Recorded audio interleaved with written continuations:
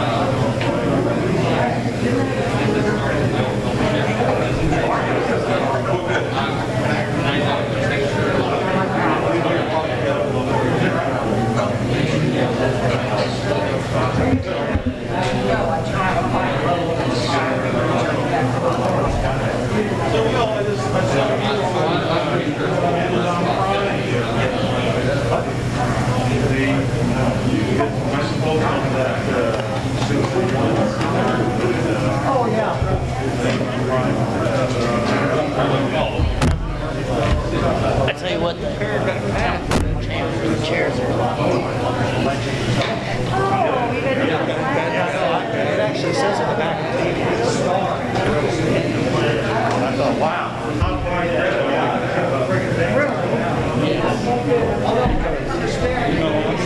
Before, I really didn't want to mess with it. Of course,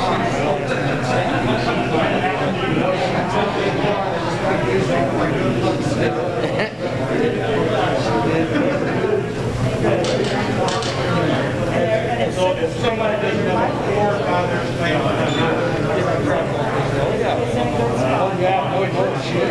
she had it down. I got all that.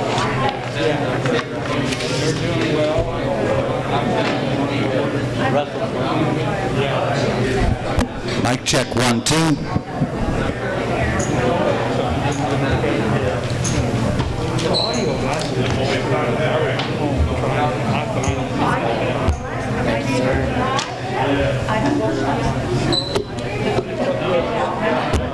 All right.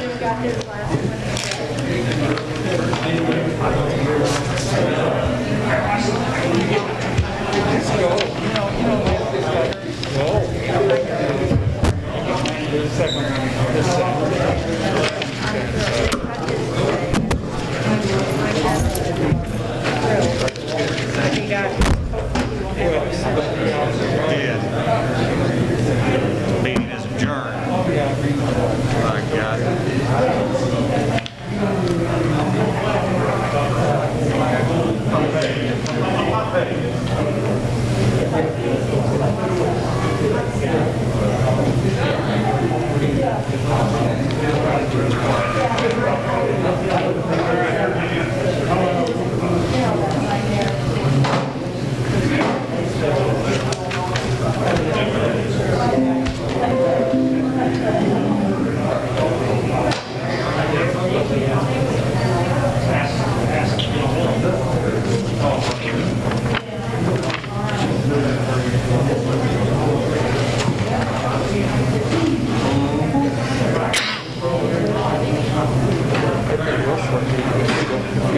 Yeah, I know.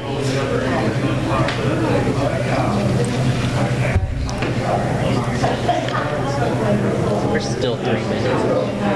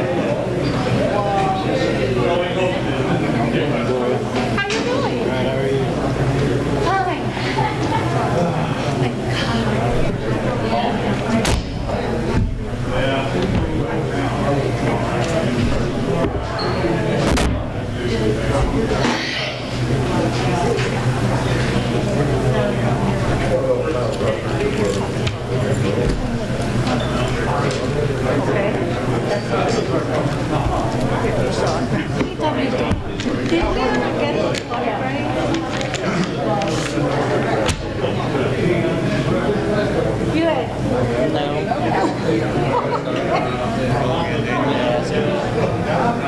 One of those things out of sight, out of mind. If I didn't, I'll ask.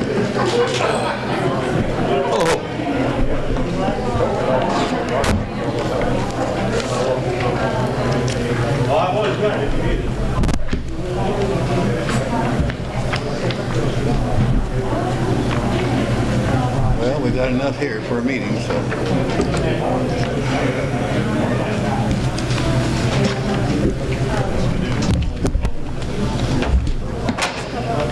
All right, it is a little bit past 6 o'clock, so if we can get to our places, we'll get underway here shortly.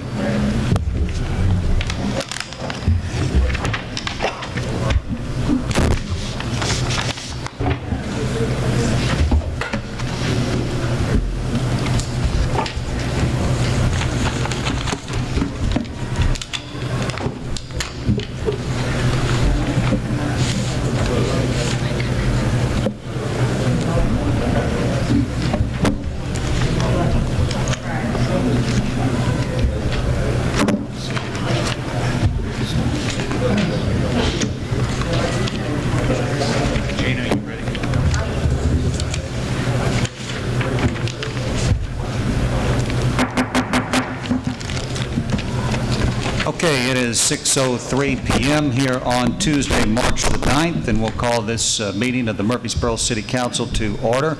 I'd ask that we would all rise, and I'll lead us in an invocation this evening. Dear Heavenly Father, thank you once again for this opportunity to come together as the Murfreesboro City Council. We're very thankful for all of the city employees and staff and all the residents that are here this evening to take part in this process. We just continue to pray that those who have been affected by COVID would be healed and would be held close to your will. And we pray that decisions tonight would be in your will as well. We pray all these things in your holy name. Amen. Pledge of Allegiance. I pledge allegiance to the flag of the United States of America and to the republic for which it stands, one nation, under God, indivisible, with liberty and justice for all.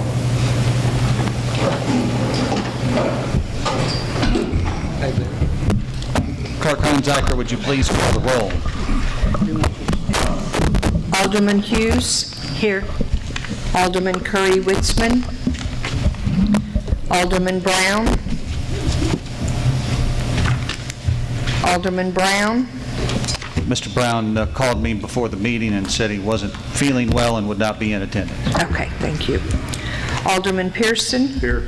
Alderman McComb. Here. Alderman Urbis. Here. Alderman Bratton. Here. Alderman Bastian. Alderman Campos. Here. Alderman Pittman. Here. And Mayor Stevens. Thank you. Here. Okay, the first thing we have on the agenda this evening is the recognition of a retirement of Mr. Mike Lachlan. And at this time, I know that Chief Jamie Ellermeyer would like to come up to the podium and share a few thoughts. And then in a few moments after that, I will join him there at that same location. This looks like a new one. It's on. Yeah, that one's wired. Good deal. Good deal. As some of you may know, Lieutenant Michael Lachlan retired last week. I requested him to come to the meeting tonight so we could recognize his 25 years of service with the city of Murfreesboro. Lieutenant Michael Lachlan was hired at Murfreesboro Police Department on March 4th, 1996 as a patrolman. He has seen this department through highs and lows, including being a part of 6 different chiefs while working for the Murfreesboro Police Department. Lieutenant Lachlan has held many positions while employed, including 2 stints as a detective in investigations, interim chief of police, and finally lieutenant. Throughout Lieutenant Lachlan's career, he has been a vital part of many investigations conducted by the department. Below are just a few of the cases investigations that have highlighted a long and prideful career. Lieutenant Lachlan began his career in the patrol division of the Murfreesboro Police Department and quickly became known as a traffic guru of sorts.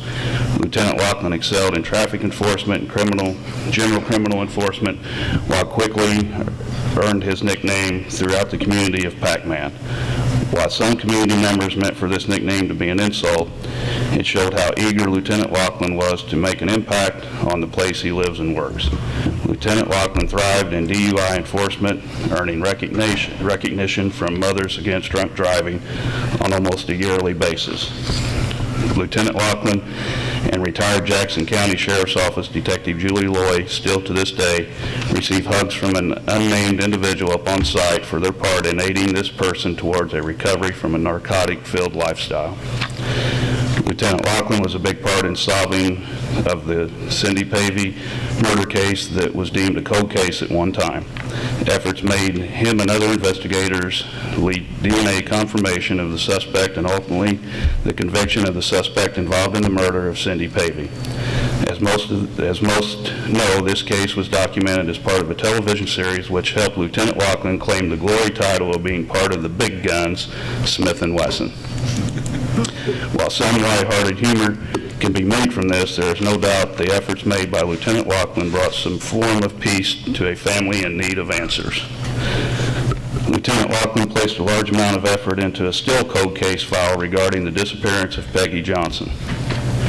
Although this case is still open and the family is still in need of answers, the amount of time and effort placed into this investigation by Lieutenant Lachlan is a true testament of how he has strived to complete investigations assigned to him. Lieutenant Lachlan has answered the phone on a countless amount of times to come and assist in a wide variety of cases including but not limited to armed robberies, burglaries, home invasions, shots fired calls, death investigations, and many more. His family can attest to the number of times Lieutenant Lachlan has been woke up from a sound sleep and called upon to aid in investigating numerous calls of this type. While not all ended in successful prosecution, as it is the nature of the beast in law enforcement, it was not due to the lack of effort put forth by Lieutenant Lachlan. Lieutenant Lachlan excelled in his career in a technological standpoint of investigations.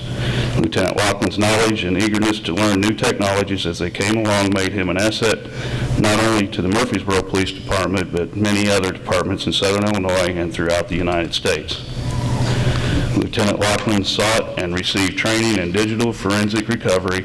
Lieutenant Lachlan was tasked with searching items such as tablets, cell phones, and computers for many years. As the age of technology came upon us, Lieutenant Lachlan was a big part in retrieving evidence pertinent to a large amount of crimes. In learning the skill set, it has subjected Lieutenant Lachlan to one of the toughest elements of law enforcement in that he investigated a large number of child pornography cases for the Murfreesboro Police Department and surrounding agencies for many years. Lieutenant Lachlan has seen things most people cannot dream of, nor should they ever have to see due to this type of work. If not for the dedication provided by Lieutenant Lachlan, a very large number of predators may still be among us and not be known about. On October 6, 2016, Lieutenant Lachlan was promoted to the rank of lieutenant, starting the final and possibly most difficult part of his law enforcement career. Lieutenant Lachlan took this promotion not for the money or glamour associated with being promoted, but rather to embrace a role in bettering the growingly younger version of the Murfreesboro Police Department. As a result of his career was filled with ups and downs, this promotion has had its share as well. But eventually, Lieutenant Lachlan found his stride in helping lead a young department. Lieutenant Lachlan was named Officer of the Year during his time as lieutenant, as well as being named Interim Chief of Police for a stint. Over the last year, Lieutenant Lachlan not only postponed his retirement due to staffing issues, Lieutenant Lachlan did so by agreeing to help cover patrol shifts. Lieutenant Lachlan also spearheaded the completion of an evidence vault that many thought was damaged beyond repair. He maintained his duties as set forth for being lieutenant, but also went back and essentially ended a career just where it began. Lieutenant Lachlan passed along a lot of knowledge to a lot of officers throughout his career at the Murfreesboro Police Department, but if you ask him, his greatest legacy is probably passing along the high standard of enforcement to his son, who is now an officer with the Murfreesboro Police Department. Lieutenant Lachlan will be missed, but not soon forgotten for all of his hard work and dedication to not only his peers and colleagues, but to the city of Murfreesboro in general. I personally want to thank Mike for everything that he has done for me while I've been here for the 2.5 years. We have worked together very, very well, and he's going to be highly missed. Mike, Mayor.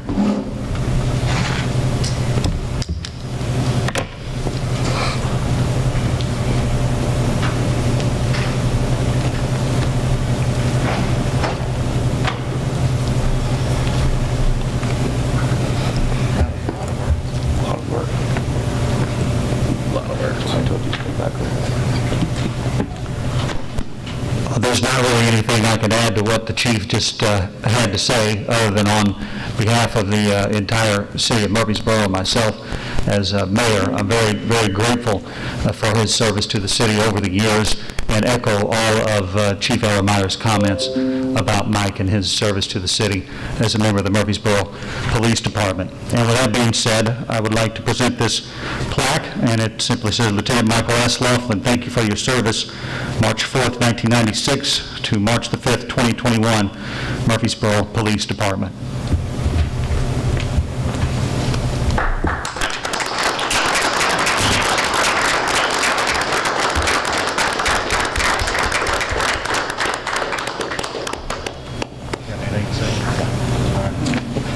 Thank you.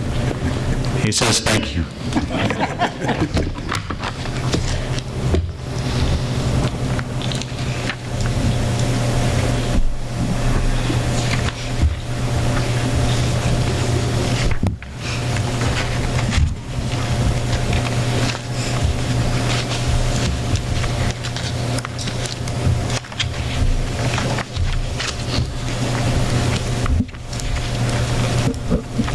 Okay. Back to the regular committee and commission agenda items here, I should say. First, we have the consideration of council minutes from February the 23rd, 2021, included in your packet. I'd entertain any questions or amendments to the minutes at this time. I'd entertain a motion to approve the minutes. So moved. Second. I have a motion from Ms. Hughes, a second from Ms. Campos. All in favor signify by saying aye. Aye. Opposed? Motion carries. Next, we have the consideration of accounts payable, accounts receivable, and payroll registers. And I'd entertain any questions about those.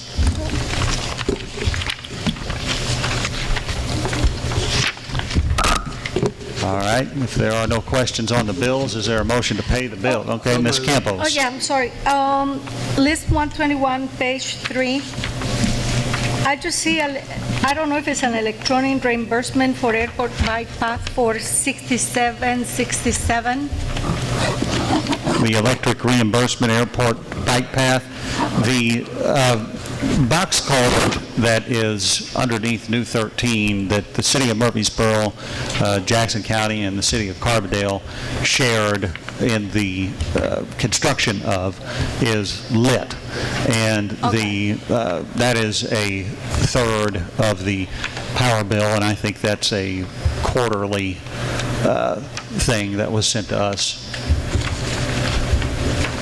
I have another one. Okay. Mr. Bratton is going to be proud of me. I'm always proud of you.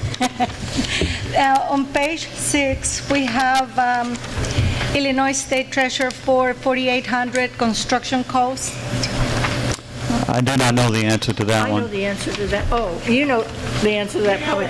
I went in today to find out the answer to that. It's actually, it goes to the Illinois State Treasurer, but it's our part of, when we had the street resurface and we did the intersections, it's our part of the intersections. Okay. And it's actually to IDOT, but it has to go through the state treasurer. Thank you. One more. All right. I did my homework. And this one is on list 120 and also 121. We have listed twice the payment to the Dodge Chrysler Jeep for $30,486. I don't know if it's... There's two vehicles. There's There are two vehicles? two Yes. Same One price? is reimbursed, one is reimbursed by the assessment thing and Size? seized assets, that's the Seized terminology. assets. Okay. But yeah, there are two. I checked on that today also because I thought it was a duplication. So I'm happy that we have two vehicles. Thank you so very much. questions on the bills? Entertain a motion to pay the bills. So moved. Second. We have a motion and a second. All in favor signify by saying aye. Aye. Aye. Opposed? Motion carries. Up next, we have the committee and commission reports. We have Budget and Finance chaired by Mr. W.J. Pittman. W.J.? Thank you, Mayor. Under old business, we have discussion regarding regulations and zoning of adult-use cannabis establishments. We are not going to vote on this tonight because we're missing some people, but we do have some things that we still need to decide. I guess send people home with some thinking to do, whether we put those in the ordinance that we'll review at the next meeting. I think, Mayor, you had a list of things that... There are three things that need to be considered, and that is in terms of whether this would be a permitted use or a special use. A special use would require that the Zoning Board of Appeals review any applications for additional review to make sure that the purpose, the atmosphere of the environment surrounding wherever the establishment might be truly does meet what we want. The other would be special protections of schools and churches, the distances that we would wish them to be away from those, and then also we could charge basically a registration fee. And in reviewing of various ordinances, some cities charge nothing, some charge up to $15,000 a year. So all those questions remain. I have a particular ordinance that I favor, and that is the ordinance out of Fairview Heights. And I'm going to leave the model ordinance from IML and several others at the Dom building if anyone wants to take a look at those, and I've emailed them out before. But I think by the next meeting we need to be able to have some sort of action on this because it's just sort of stalling out. I agree. I didn't get the email.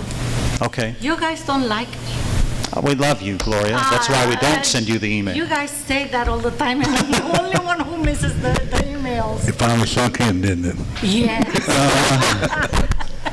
Well, I will make sure that those things are just placed in your email to you and also put in your mailbox at the Dom Thank you, building. Mayor. Really appreciate it. You're very welcome. All right, does anybody have anything else they want to discuss on that item? Then we'll move that to next meeting. That's the only item under old business. Under new business, we have presentation of financial reports by Scott Evans. Scott?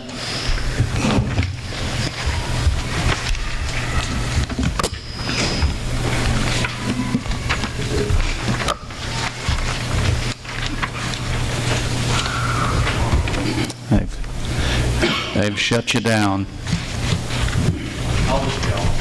You've been censored. Okay, thank you. There it is. So I have two reports tonight, and both of these are hot off the press. I would have had these in your packet over the weekend, but the state was a little slow in getting the sales tax voucher this month. As you can see, for March this year, our sales and home rule tax was $357,163. So not only did that beat last month by, about $19,000, that beat everything that the city probably has ever had for a month in sales and home rule tax.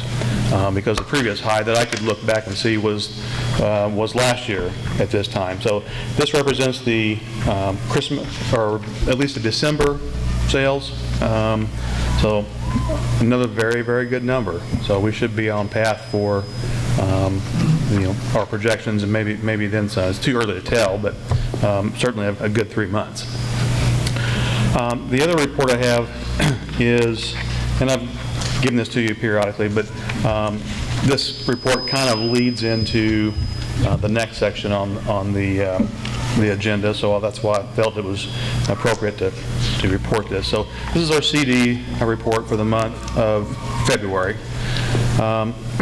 So as you can see, general fund we have $1,266,000. revolving loan, $42,000, rehab, $127,000. The county B&B, we have a little over $15,000. Motor fuel, we're at $371,000. And the guarantee, water sewer guarantee, is $590,000, and the special assessment, $64,000. And then the last section is our bond reserve, which has just $1,077,000. So at the end of February, we have $3 million. Is that me? $3,555,000 in CDs. Now that's actually down from, like, if I looked a couple of years back, and at one point we had a little over $4 million. There's a couple of reasons for that. One, we just had 4 or 5 CDs just come due all at once in February, and they were redeemed. So we always choose to redeem those CDs as opposed to let them roll over to the next one, because we usually don't get a very good rate if we do that. So we cash them in, and then we kind of, Sandra and I will reconvene, and she'll do some research on what the rates are, and then we'll decide what else to buy. But also, too, the bond reserve CDs have consistently gone down in the last couple of years because we've had, a lot of unforeseen expenses, and so we have not always been able to find new money in the water sewer fund to buy new CDs. So it is slowly getting smaller. So that's one reason why they're overall down. So probably in the next few weeks we're going to be purchasing several $100,000 more in CDs and bring that back up somewhat in the other funds, not necessarily in water sewer. So the average rate of return that we're getting across the city on all of our CDs is about 1 3/4%. That kind of goes down a little bit each month because as these CDs come mature, we just can't replace them with obviously the same rate as what we had when we started. We still have numerous CDs that are above 3%, which is fantastic in today's environment. You can't get anywhere near that. So we hate to see those mature, but then that's the way it works. So anyway, that's where our CDs are. And if you want, I can just kind of move into the next little section. Yeah, go ahead. Okay. So as I mentioned, the CD rates are pathetic, right? So I got to looking at the city's investment policy, and we passed this apparently it's 7 years ago. Time really flies. So, we're looking for other alternatives to try to get better yield than, 0.25% or, 15 basis points or some small number like that. So, according to our investment policy, we can invest in one of 4 categories, and of course right now all of ours are in Section 1. So the most logical choice, I think, would be Section 3, where it talks about we have the ability to invest in state, county, and other municipal debt. And again, our policy mirrors what the state statutes say. So this is nothing that we came up with on our own. We just kind of tailored it for ourselves. So, I'm just keeping you fully informed about what our intentions are. We would like to take about $500,000 of the general fund money, the $1.26 million that's in those CDs. And we actually have more money in the checking accounts that could be added to augment that or put more in CDs to kind of balance it out. But our investment broker that we have some of the CDs through at Raymond James was able to find a program that they have specifically designed for municipalities. And it would be in our existing account that we have with them. It'd just be another sub-account that wouldn't be in CDs. And so essentially, it would be, about 15 to 20 individual municipal bonds from, they could be from anywhere in the country, actually. And, they are aware that we have to be in the top 4 credit ratings of these bonds, so they would keep that in mind to always have the top 4 ratings. So our goal here is to try to get some better rate of return.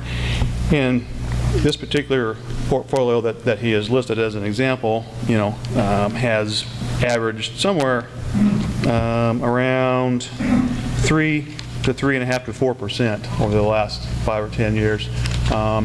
And so we think it's worth a shot to try to gain that yield. Now, the differences between municipal bonds and CDs, there are quite a few differences. Clearly, municipal bonds do not have the FDIC guarantee. So that's why the state, I believe, came up with the stringent guidelines for if you're going to invest in municipalities, they have to be in the top 4 rated. So every municipality has a rating by some rating agency on their financial strength. So these would be the strongest, the very best municipalities that they could find out there. And so, what we would want to do is to carve off some of that money and try to get some better rate of return. They would not charge commissions when they buy these things. We would be charged around 1% of the asset value every quarter, which is very customary in this line of investment.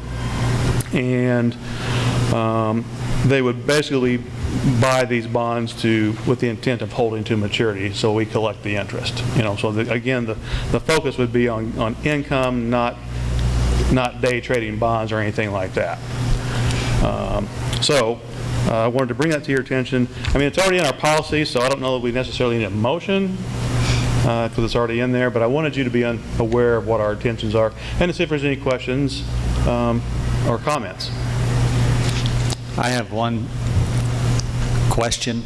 Could we then not invest in Illinois debt? Well, yes. And in fact, I asked the broker, I said, how hard would it be to invest in non-Illinois debt? And he said, not a problem at all. We have plenty of... I'm sure they get that request a lot.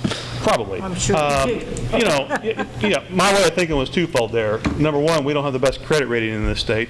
And number two, if things do go bad at the state level, we're so tied to their success in Springfield already with all of our revenue streams and various things. Do we really want to have our investment stream be tied to them too? No, I didn't think so. But the actual, it says by statute it has to be of a certain rating, the highest 4 credit ratings.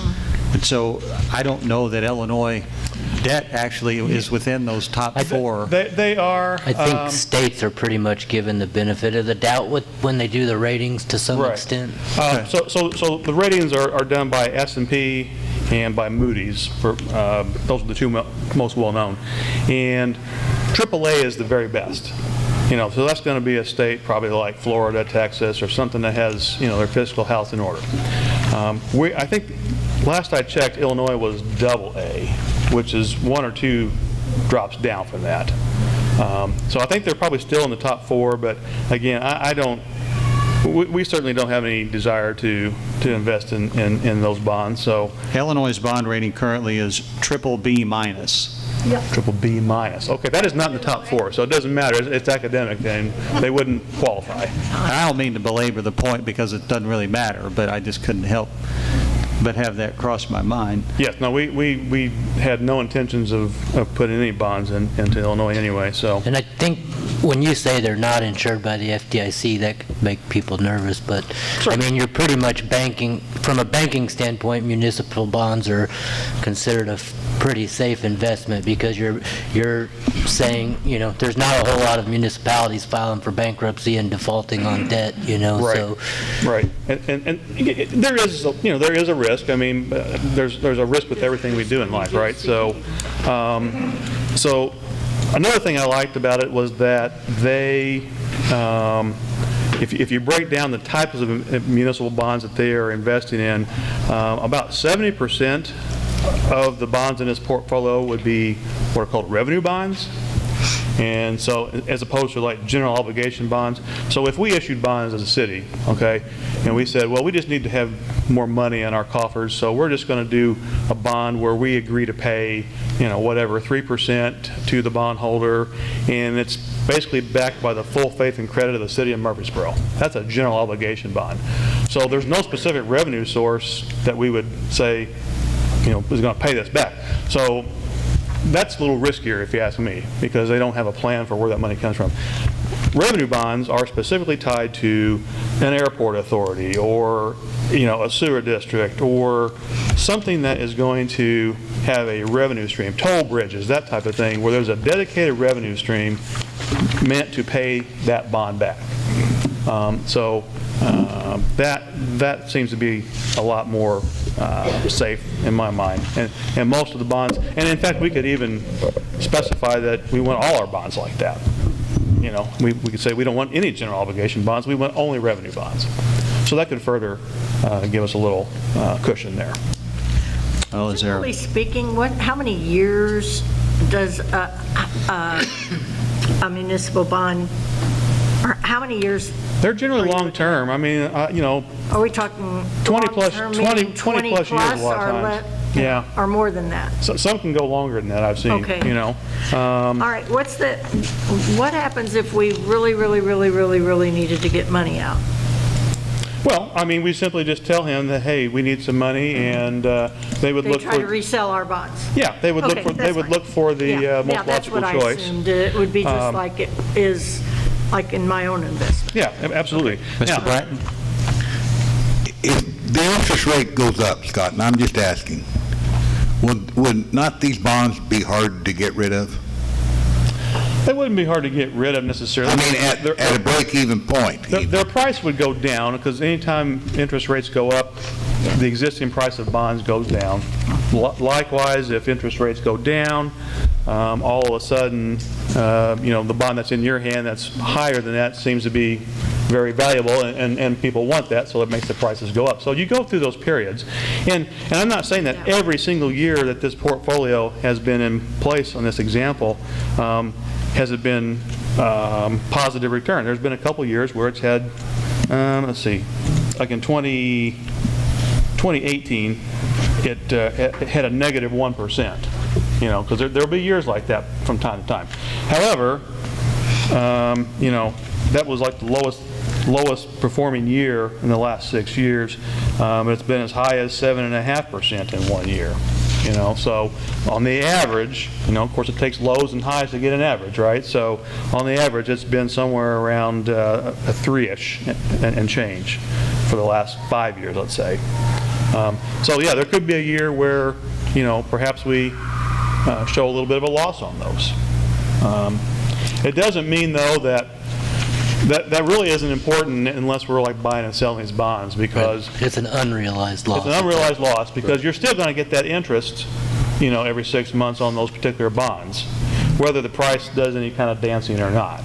And I think our goal would be to hold these things for maturity, collect the interest, and have more to preserve for other things. And you might have stated this, and I didn't quite hear it. What kind of a interest return did they project? Because, I mean, these are unchartable times right now, what we're going through, and going to be going through for hopefully a short period, but anyway. Well, an investment like this is not even allowed to project what they can do, because that could be misleading, because they know that, there are fluctuations. They can only tell you, what has been. If they would project what we think this could do, they can get in real big trouble for the SEC and FINRA and various other organizations. So, and again, we're not saying we're going to put all the money in this. We're just going to do a little portion and continue to do the rest in CDs like we always have. So it's simply just a recognition of the fact that as these CDs mature, we are getting almost nothing on the new ones. And so this is a chance to get quite a bit more. And the reason I'm bringing that up is because in the last 50 approximately days, we've seen a lot of changes. It's going to change a lot of things in the economy. And in days to come, we know that, we're going to come up with higher taxes and et cetera, and et cetera. And we don't know how it's all going to shake out. So I just put a word of caution in how much I did. And I respect what you do and your opinion. Don't take it the wrong way. Sure. But it's just that we're in uncertain times right now. Well, and yes, and there always is uncertainty to some degree, maybe more now than in the past. And again, if we were doing this to say, hey, we're getting into this buying and selling, and I would be nervous to do that because of the fact that there are some fluctuations. But if we're going to hold a bond for 10 more years and try to get that 3% that it's paying for that time, it may fluctuate, but we're not going to really care about that. We're looking at the interest that it's going to pay us each and every time. And you probably answered it, and I missed it again. Do we have any idea, not what the average has been over the last 5 years, but what he can actually sell, what percent we can get off of our money that we invested in these bonds on an average? Well, he or anybody won't tell us that. Okay, this is not a fixed annuity that we're buying this and okay, we're going to get a fixed 1%. Okay, this is an investment that can fluctuate, and so therefore they just absolutely are not allowed to give any forward projections whatsoever. But I think you just said the average was 3%. Yes, the average has been, if you look at, so the 5-year average on this particular model has been 3.5%. The 10-year average has been 4.4%. Which is obviously like 3 points better than the CDs that we've been able to get Absolutely. interest rates on. Absolutely, yeah. So, I'd be curious to know what it had been over the last 50 days. well, they don't look at a 50-day rate of return type thing, okay? I understand that. And there's probably been some fluctuation, but that doesn't necessarily mean it's going to mean a lower yield. That can fluctuate the yield somewhat with price changes, but the value of these bonds typically is in the revenue stream that they provide, regardless of fluctuations. Thank you, Scott. Mr. Urbis? So the bonds fluctuate the value, what's the interest rate, is the interest rate fixed? Well, the interest rate that they agree to pay to the bondholder on each particular bond, just like when if we were to issue a bond, okay, we would say, okay, we agree to pay you 3%. Right. Okay, so that's what they're going to base their actual interest payment on every 6 months when they pay it. Where you get the fluctuations in yield from is as the prices, as the interest rates fluctuate in the outside market, regardless of what your interest rate is doing on a particular bond, that lowers or raises the value of that bond, and so that actually changes the current yield out there on a bond if you bought a bond at that certain price. But it doesn't necessarily mean that we're going to get less interest or more interest. We're going to get the interest that they say they're going to pay us. Right, that's what I was saying. Plus, Yeah. you potentially can make money on the increased On the value of the bond. You could, yeah. In other words, if they were to happen to purchase a bond at less than par value when you buy it, and then it matures at a certain time, you could get that difference in price too, in addition to the interest. Or it could go down. It could go down. Right. But you're still going to get the interest. Well, it would only go down if you bought it for more than par value and you held it to par value. So in other words, let's say you bought a bond, a $10,000 bond, but the market price was $10,500, and so you bought it at that and drew the interest for however many years, and then it matured at $10,000. You would lose that $500 spread. But you would hope that would be way down the line, and you would have collected many years of interest in the meantime. So, Well, the bottom line is this is allowed under our current policy. Right. So- I appreciate I that. understand that. yeah, we just didn't want to do this, and then all of a sudden, people think, hey, what are you guys doing?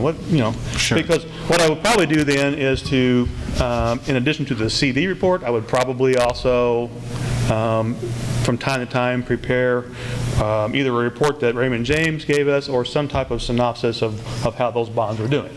So we'd be tracking that separately. All right, is there a motion to move forward with this? So move. Second. This is better than a savings account, okay? All in favor signify by saying aye. Aye. Opposed? Aye. Show Mr. Bratton opposed. Thank you. All right. Is there any public comment under Budget and Finance? Hearing none, we can move out of Budget and Finance. Thank you, WJ. It takes us to Building and Grounds, chaired by Mr. Gary McComb. Gary? Yeah, we have no old business. Under the new business, it's consideration of transferring of 910 South 24th Street to the Murphysboro Park District. It's my understanding that they will reimburse us for the money that we paid to get this. Isn't that right, Eric? Yes. So we don't have to tear the house down or do anything with it. They're going to take care of all that in there, Eric? Yes. Alderman McComb, is that adjacent to the park? Huh? Is that adjacent to Riverside? No, it's just on the outside of the left field fence there, that Okay, corner thank house, you. I believe. Okay, thank you. Is that the one it is?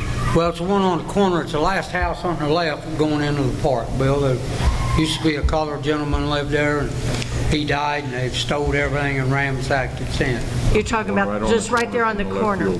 Yeah. I think it's yellow. Is it right there on the corner as you're going into the park? Yeah. Okay, thank you. I'll make that motion, Alderman McComb. Second. All in favor? Aye. Ayes have it. Is there any public comment on buildings and grounds?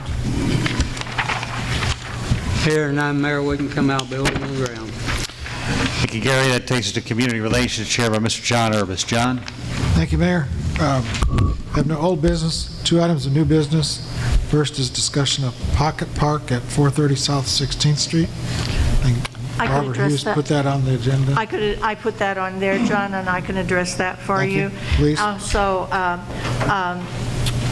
Rachel Inscore is here. She probably has some photographs that we can show you of this home that we're talking about. It is in the historic preservation area. It's at 430 South 16th Street. And it has been fairly well dilapidated for a lot of years. I'm sure there are rodents and other scary things inside there. That home is, I'm a big proponent of saving any home I can in can be historically preserved for its significance. But this home, I believe, is really beyond any repair whatsoever. Rachel, Mrs. Inscore, Dr. Inscore, has been talking with Joe Fry, the Park District, and the historic preservation area is such an underserved area as far as parks are concerned and activities for young people. We have about 22 from probably 5 or 6 years old up to, 16, 17 kids that play basketball down there, mostly on South 15th, between my house, which is the dead end of South 15th, to Oak Street, and that is 3 very short blocks. There are 3 basketball hoops in the street. That's where they can play. The Park District is very, very graciously said that if we could get rid of that house, and I believe that has been on Eric's list to get rid of, if we could have that torn down and deed that to them, then they could put in what's called a pocket park. It's a small park area where these kids can play basketball, or whatever. It would, oh my gosh, just think of how great it would look as compared to this home. Let me show you this home. Rich, you have those? You have those pictures? Yeah. And you may want to add things because you're talking with Joe. They also have play equipment. Yeah. The park already has It's okay if she speaks. course. The Parks Department, in talking with Joe Fry, they have all kinds of reconditioned play equipment that they could put in the park, like climbing equipment and swings. And then we would like to have a half basketball court, which we think now we have somebody that might pour the concrete for us for free. So then I have to raise the money for a basketball goal.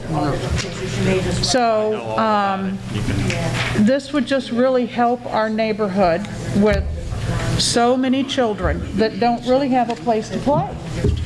And it would take them play off the streets. Of course, you know, it's back in a neighborhood where it's a big square, and so they ride bicycles around there all the time. And so that's great, except it'd be nice to get the basketball goals out of the street and kids playing basketball in the park. And it'd be safer for everybody. That are illegally on the street because these kids have no place to play. Right. And that is a historic property. The person that lived in that house, I don't know if he fought under Logan or not, but he did fight for the Union in the American Civil War, and his name was William Hooker, and he was a sergeant. And he actually was in prisoner of war camp in Mississippi. So he is very notable. So my way of kind of dealing with that history might be to name that park after William Hooker and put up some sort of piece about who he was. So. I have a question. How well lit is that property, or will be the property? The lighting and Well, there is a street light right there on the corner.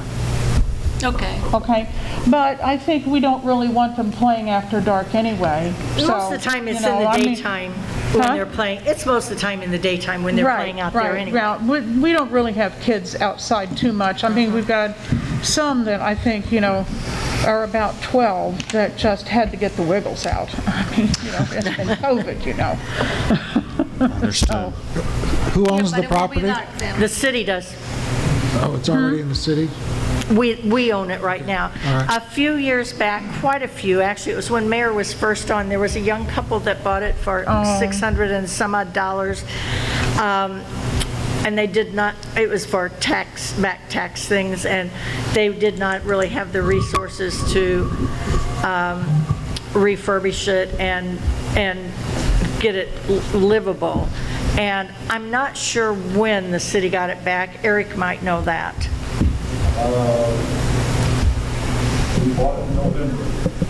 No. Okay, so we didn't get it back until this past year. Okay. All right. And we didn't really know about that particular piece. Joe and I were looking in the neighborhood for a place for the park. And we had thought maybe we might do it on South 15th, except the problem is that property has a very deep gully right at one end of it, and that would be pretty dangerous. Another piece is that the kids are getting into this old house. Okay? And if anybody's ever had an 11 or 12-year-old boy, well, okay, there you go. Okay? Mr. Bratton? My understanding, we've got it on the tear down list anyway, so we're going to tear it down. Then the Park District will take it from there. We'll need to deed it to them the way We'll deed it to them, they'll take care of it, they're going to put basketball goals up, and we're going to get these kids young adults out of the street playing ball, and I'll make a motion to do it. What's it going to tear, Eric? You got an idea? It looks like this house does have a basement under it. Looks like there's basement windows here in the front. Put the bid out yet, but it is coming up within the next 2 weeks. You figure it's going to be between $700 and $8,500 probably tear it down? Thereabouts. The Park District going to put anything in on that, or is it all on us? No, they are going to do all the equipment. So they won't have to demolish all it. There's a motion, is there a second? I said, All right, Did any other someone second discussion? I would second it. Gloria, Okay. Mr. Pearson? she can have it too. She worked for us. So. What's the Yeah. question? We'll tear the house down for $7,000 to $8,000, but the Park District will stand all the rest of the expenses for the court. We will deed the land to them then, so it will be If it's theirs. resurfaced or anything like that, they'll pay for all of that? Absolutely. Okay. Either that or we'll find donors. It won't be the city. Okay. Any other questions that any of you have? You gonna vote on it? I just think it's an area that really doesn't have much for these young people, and if nothing else, not only will it look better, it gives them some place to go. Yep. All right, all in favor of the motion? Aye. Are there Any any opposed? are there any neighbors around here that are around close to that house that they might Across disturb? the Because a lot street, of times, yeah, those across- basketball courts turn into something besides basketball courts. Occasionally, yeah. Across the street is Mona Kuntz and her son. Right next door, there's a home that was owned by the Daniels that is empty. Someone else owns that now. And then right next door to that is Rachel. So the answer is nothing real close. I believe there was a motion and a second, and I think there was a vote, but I'm not sure that everybody heard the call for the vote. So, John, do you want to call that again? Sure, all in favor of the motion, say aye. Aye. Opposed? No? That passes. Thank you. Thank you, Rachel. Thank you. Thank you Next for your item. research on that. Thank you, Barb. Good deal. Consideration, well, we finally get some good news in community relations. Consideration of street closures for cruise nights. There's a letter in our packet. Looks like they're planning to start them in July. And I believe Josh Sayer is here with us this evening. I don't know if he wants to speak to the council about it or not, but...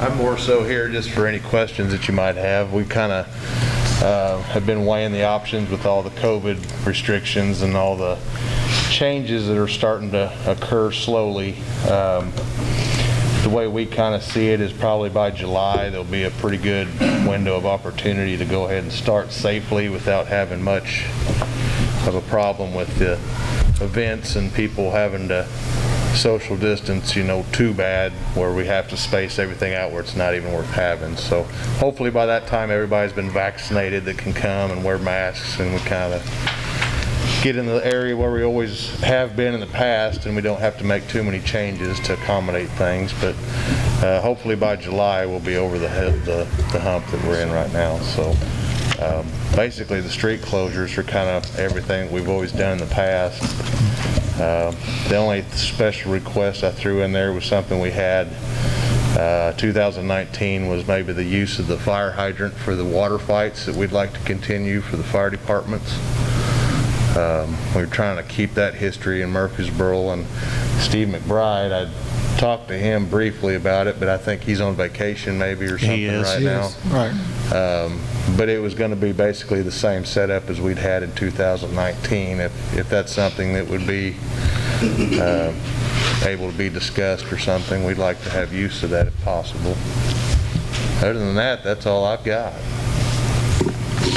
Any questions for? Make a motion I'll to second. okay that. Second. Josh, I just had one, so you would be getting guidance from the health department and following whatever they instruct you? Yes, yes, that's what we've done, and that's kind of what's held us back this much. By that point, looks like, and the reason for July is also June is going to be when the Coin State Fair opens up the fairgrounds for Street Machine Nationals, June the 4th. That's the same Saturday that we kind of thought about starting the season, and we said, let's just wait. That's going to be too much going on. Let's wait till July after things calm down a little bit. So kind of the way we're hearing things is probably by July everything will be good to go with events and things of that nature. I think we should probably hold the second part till next meeting with Chief McBride can weigh in. I'm sure he would be supportive, Okay. I would think. All right, that's fine. Yeah, there won't be any changes to the water fights other than what we did in the past. All right. So does the motion cover both? Yes. All right. All in favor? Aye. Aye. Opposed? No? All right. Thank you, Josh. Thank you all very much. Appreciate you. Thank you, Josh. Any public comment on community relations?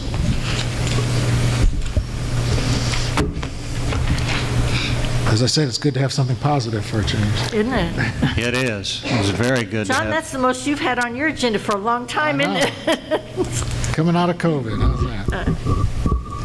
All right, well, that takes us to public improvement. Mike Bastian isn't with us this evening, so I'll handle these items under old business. We have a discussion regarding the property at 17th and Walnut Street.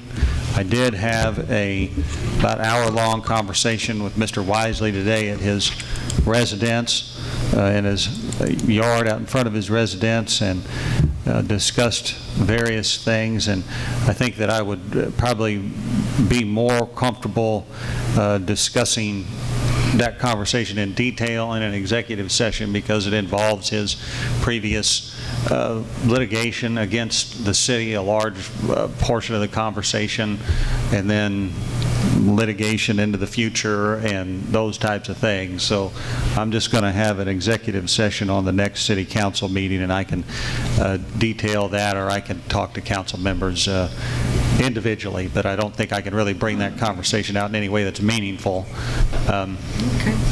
in open session. So in any case, we have no new business. Is there any public comment under public improvement? Hearing none, we'll go out of public improvement to public works, chaired by Mr. Dan Bratton. Dan? Okay, we have nothing under old business. Under new business, well, this is old business, actually.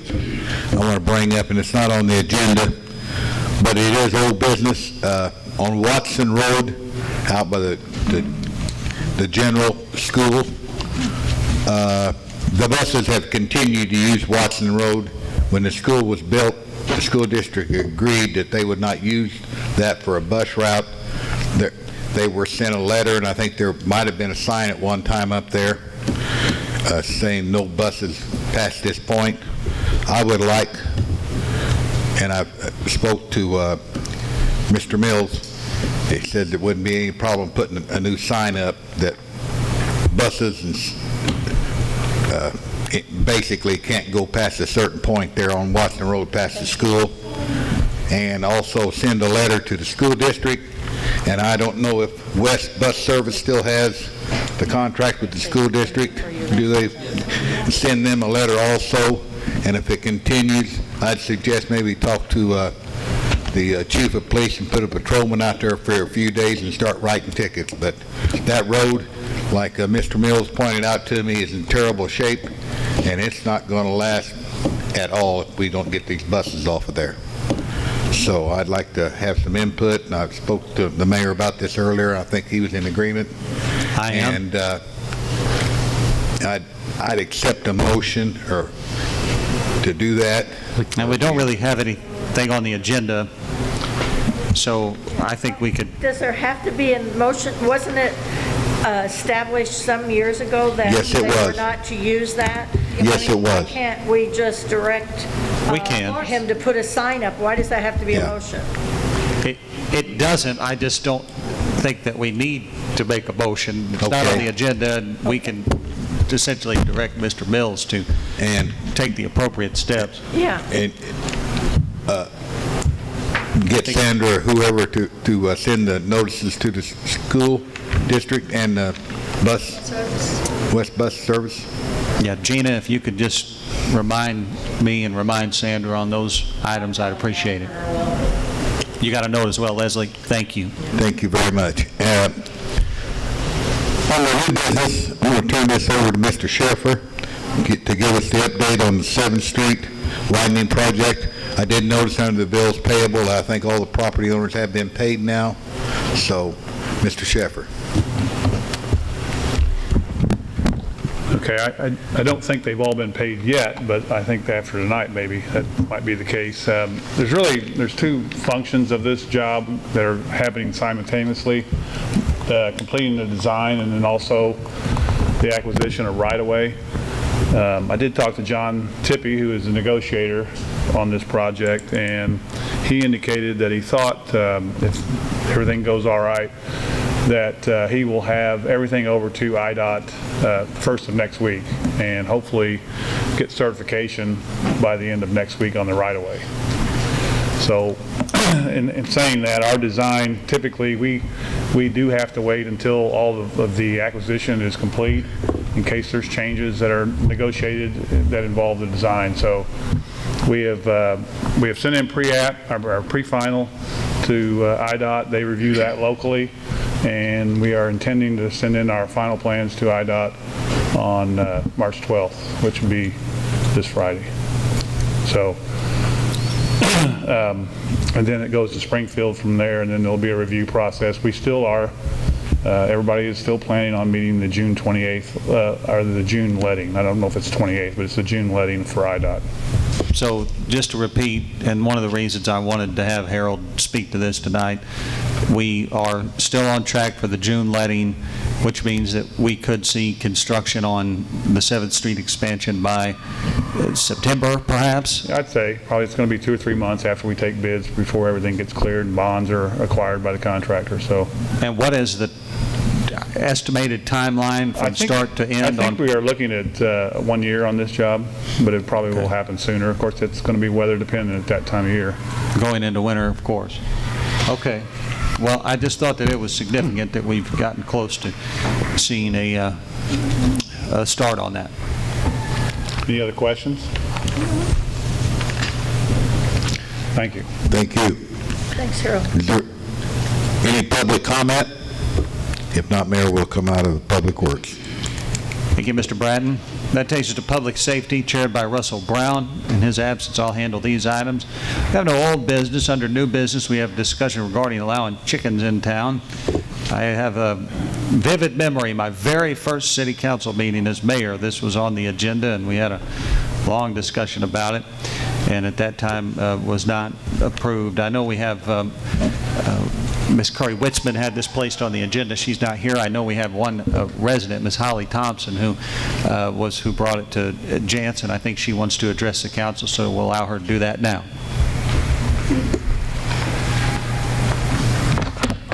Good evening, and thank you for giving me the opportunity to come up here and speak. I am from the south side of Murphysboro, South 26th Street. Some people know that it exists. If you don't, it's Peanut Hill. For those that's been here a long time. Where I live at, we're inside the city limits, but we're not measured by lots, we're measured by acres out there where our house sits. Our neighbors are not on top of each other.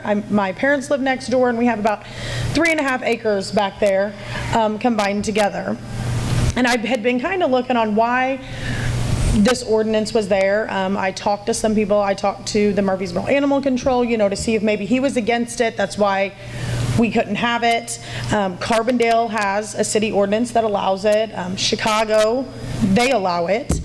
And I would just like you guys to take into consideration of maybe changing the ordinance to allowing it, but not without stipulations, not without regulations, like guidance from the council board to make sure that if it is allowed, that people are following what you set forth for it.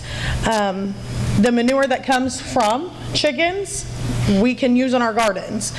With the rising cost of living, having chickens at home, just like 5. We're not looking for a chicken farm to supply Kroger's.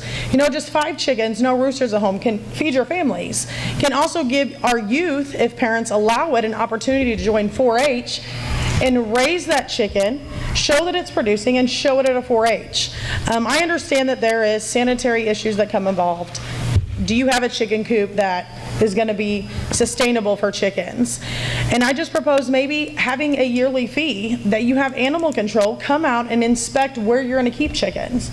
Charge the fee to help offset the cost of the city's time with animal control sending them out there. I'm not saying make it easy for everybody to have them. Set rules, set stipulations, set a fee. And I just ask that you take that into consideration to maybe changing that. And I wasn't sure if we've had chickens before, if there was an issue. Like if there, we had it before and this was a huge issue, that's why we don't have it anymore. I don't think that there was ever just whenever the city was incorporated, likely it was a part of the city ordinances, so I don't know all the history, but we can certainly have that discussion further at a future council meeting if aldermen are willing to do so. Mr. Urbis? Do you know how many, I know Cottondale allowed them a few years ago, do you know how many Carbondale has, or? Carbondale will allow you to have 5 hens, no roosters. Those are not allowed there. And you do pay a fee. There is a fee, like you pay for your cats and dogs that are inside the city limits. So it's a yearly thing. You would have to go in. So then animal control, if people are following the laws and the rules, would know, okay, Holly has chickens at her house, she has 5. You know, you could put it into an agreement that they sign that at any given time, animal control can go and inspect that chicken coop. At any given time, you know, put that in as a stipulation. I just appreciate you guys looking at it, possibly changing it, seeing if it would be an issue. I know maybe I just live in the bad part of town because where I'm at, there's like 7 houses, so I'm not next door to somebody as in some that would be in town. So I don't know if that is an issue to some people in the community. I know there are people in the community that really want chickens in town to help feed their families, and with the rising cost of living, I think it's a good idea. I mean, we're changing where we're going to be selling marijuana in Murfreesboro, so, you know, Why not chicken? let's have some chickens too. So my question was, do you know how many licenses have been issued in Cottondale? or- I was talking with Murphysboro Animal Control, and he said, we were trying to figure out the number because I couldn't get a hold of actual city of Carbondale to get numbers, but there's like 25,000, I think, that was over there, and they have like 12,000 permits out or fees that they take in a year. I mean, I have never. 12,000 people that have. $12,000 in fees. Yeah, maybe that's what it is. Yeah. And you know, there's stipulations, like you can't have your doghouse in your front yard in the city of Murfreesboro.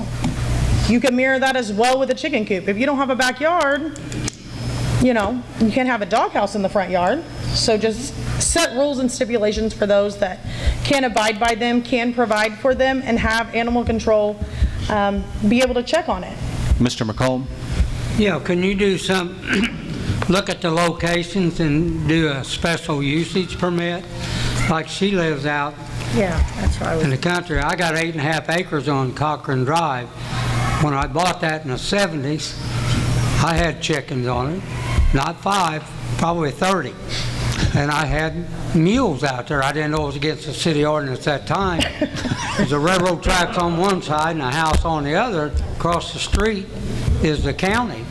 And I don't see, you know, that why not letting people like where she lives and stuff have chickens? You know what? Like you say, you get the fresh eggs and, you know. I mean, you could even list as like no sales, like whatever chickens you have and you get eggs from it, that you can't go to the local farmer's market and start selling eggs. I mean, that could be in a stipulation and something that you sign. Ms. Hughes? I have several concerns. One is the concern of the animal control officer that we have only one of. And he sometimes is overloaded with dogs and cats and other things too. So in all fairness, some of it is lack of being able to monitor it for sanitary reasons and such. And I also have health issues and sanitary reasons that I am really have always been opposed to this, and one of them is histoplasmosis, that one can, it's a horrible eye disease and lung disease for that matter, that people can contract from chicken droppings. I worked in that profession for a lot of years and saw a lot of ocular problems from chicken droppings. So that's my reasoning behind in the past being against this being able to have chickens within the city. I would be glad to bring my research that I did before, and that's been some years ago when you first came on, about histoplasmosis and other diseases that chickens can cause, and present that at the next meeting if you would like. All right, well, we appreciate you bringing it to our attention, and we will have the matter for further consideration at a future meeting. All right, I appreciate it. And to add to like the diseases with the chickens, I mean, currently we only have to have a rabies vaccine for dogs in the city limits, if I'm right. You have to register them and have a rabies vaccine.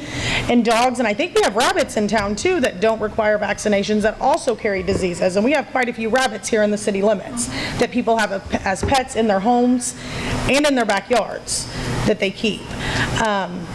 And I understand what your concern is there. Yeah, And that's why, because for my incidents where I live at, my neighbor isn't 20 feet Right. next door. That is more appealing to me than someone that may be 10 feet away from you. Right, and that would, for me, that would be great.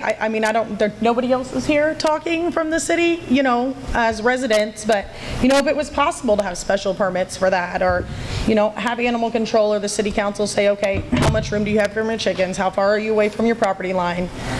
Set standards and regulations to see if you can get it. I'd appreciate it, and thank you guys for your time. Thank you very much. Thank you. All right, is there any public comment under public safety? Hearing none, we'll go to the Personnel Committee chaired by Ms. Barbara Hughes. Barb?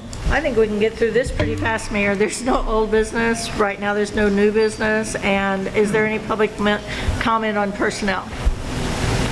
Hearing none, I think we can come out of that. Thank you, Barb. That takes us to the mayor's report. I just put an update on the track hole removal at the wastewater treatment plant here because I didn't want to forget to let everybody know that it was removed. And so the letter that we had sent obviously was received and the track hole was removed. So I was happy about that. I also sent out an email moving on from that item to the City Council. There is the request from the Chamber of Commerce / representatives from Bruce Brothers to have a highly reduced St. Patrick's Day celebration. A number of the events are not being held. Obviously, no parade. The stew cook-off is going to be changed to accommodate for social distancing and things of that nature, and the judging. And I believe that they are wanting to have like some bag toss games out in the parking lot as they've had before. And so they are requesting basically the closure of Chestnut and the use of the Dom building parking lot on March the 20th. I'd make that motion. I'd second it. We have a motion and a second. All in favor signify by saying aye. Aye. Opposed? Motion carries. All right, that takes us to council member requests, and I'll go to Ms. Hughes. Nothing, thank you. Mr. Pearson? I only have one question. What's the status of the junkyard on 19th Street? I don't know whether any of you guys have been out there or not, but they've got antifreeze, oil, all kinds of stuff running out into the drain, going down our drains. Has the EPA ever been called on that stuff?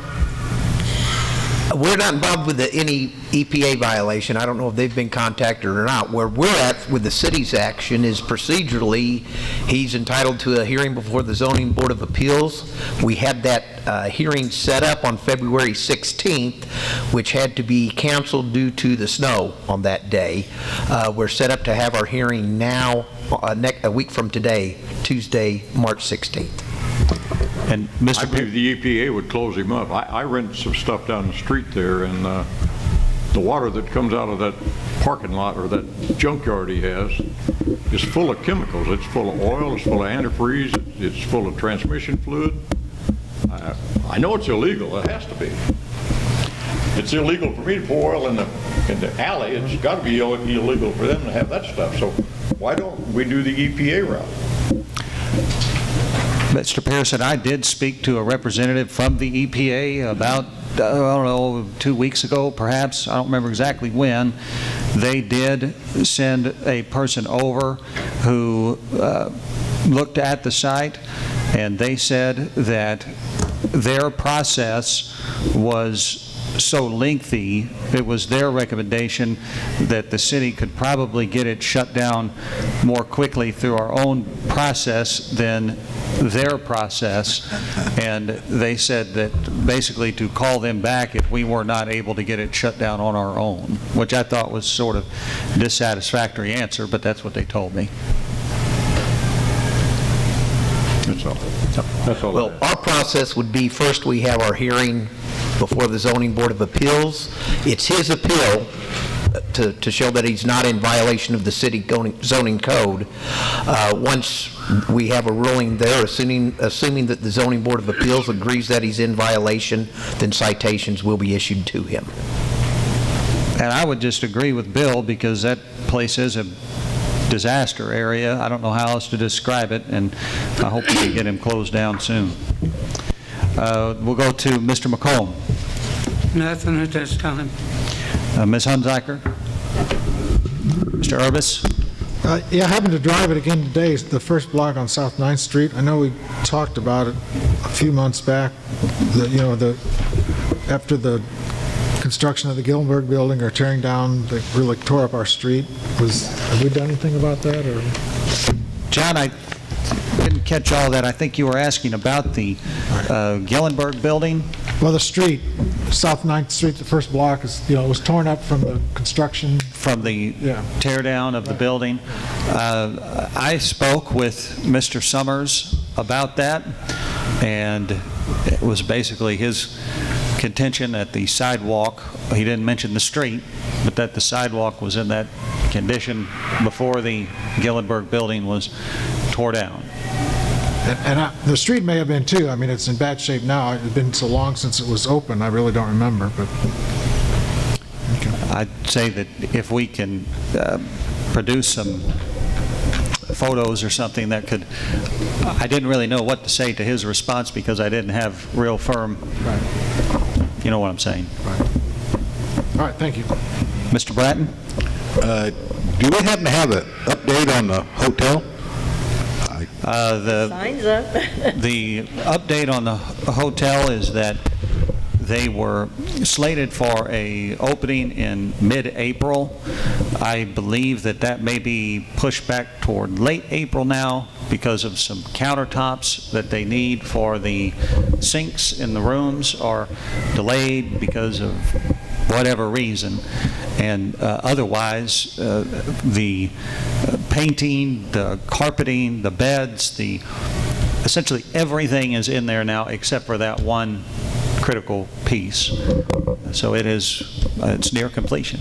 Well, I noticed that they've got the signs on the building now, and it really looks nice. Yes. Yeah, they got the signs up, and it's coming together.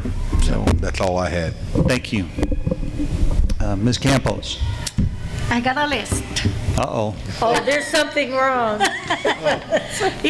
No, just two things. In the municipal league, there are a couple of things that the magazine that caught my attention. On page 15, we need to read on the local redistricting after the census and how it will affect the number of council members at a city council level. It depends on the population. That's one, and the other one that I saw very interesting was about the grant finder. So we're always looking for money. That might be something. But this is the good one. I'm even smiling. You know about the mask, no? And the thing. And whenever we did issue the city ordinance about the mask use, we agree that we will have termination of the mandate or so. There's still a rule. The vaccine is available pretty much to everybody now. I think we need to start looking. I even was checking on the data at the health department to see the number of cases in Jackson County, even in Murphysboro. We need to start thinking about putting an end to the city mandate and let the state mandate rule. Because what we're doing, putting that mandate or that ordinance in town was basically being redundant. Everybody have the ordinance that require mask everywhere to go in and out, and for us to have this as an ordinance is absolutely redundant. Somehow, somewhere, we have to start making sense of what's going on. Vaccine is available. I think vaccination will be available pretty much open to everybody pretty soon. The ordinance about about the city mask use is redundant, and it should have an end date. That's what I have. And when we set up this mandate or this ordinance, we agree on having an end date. I think it's something that we all might want to think. The numbers are in our side. I'm not telling everybody go and hug and kiss everybody regardless they having, runny noses or no cough. I'm not saying that, but everybody have to be responsible of their own actions. We could certainly have that. I've had several other people bring that same question to me, and I'm happy to have that put on the next agenda for consideration. You don't need to cry. It'll be all right. I'm not crying. I'm just happy. Is that all? That's it. Okay. Mr. Pittman. I've got nothing, thank you. All right. We'll go to department head requests. Attorney Blake. Mr. Evans. Mr. Sheffer. Chief Ellemeyer. Eric Kennedy. Tim Lee. Brian Manwaring. Darren Mills. Pat Gladson. Ms. Volley. All right, I believe that's everybody. Is there a motion to adjourn? So moved. Second. All in favor? Aye. Thank you.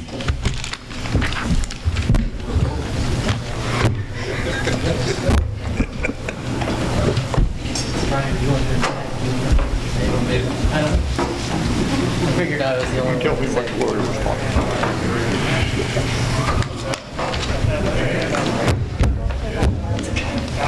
Go to Jay. Don't leave.